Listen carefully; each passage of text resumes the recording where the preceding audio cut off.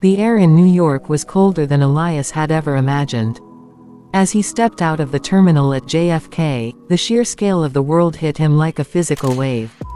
Back home, the horizon was made of trees and hills. Here, it was made of steel, glass, and neon.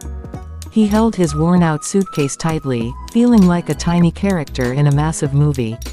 Every yellow taxi that zoomed past and every stranger rushing by seemed to have a destination, while Elias felt like he was standing still.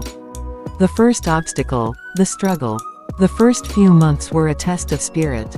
Elias moved into a tiny, cramped apartment in Queens where the sound of the subway train rattled the windows every 10 minutes. He spent his days walking through the streets of Manhattan, his shoes wearing thin as he looked for any opportunity. There were days when the rain in Times Square felt heavy and discouraging, soaking through his jacket as he stood under the giant digital billboards.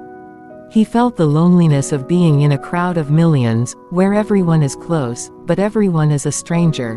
One afternoon, seeking shelter from a sudden thunderstorm, Elias stepped into the New York Public Library. The silence inside was a stark contrast to the chaos of the streets. Surrounded by the scent of old paper and history, he began to realize that America wasn't just about the buildings, it was about the knowledge and the hustle. He spent hours every day in that library, teaching himself new skills, researching the industry he wanted to join, and observing the way people navigated this city. He realized that to survive in the land of dreams, he had to stop being a tourist and start being a competitor. The grind, the hard work. Elias started small. He took a job at a local deli, working the night shift so he could study and network during the day.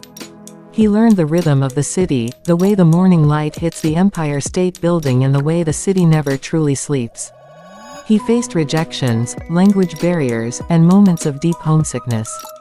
But every time he felt like quitting, he would walk to the edge of the East River and look at the skyline, reminding himself why he crossed the ocean in the first place. If you enjoyed this story, please hit that like button and subscribe to the channel. Your support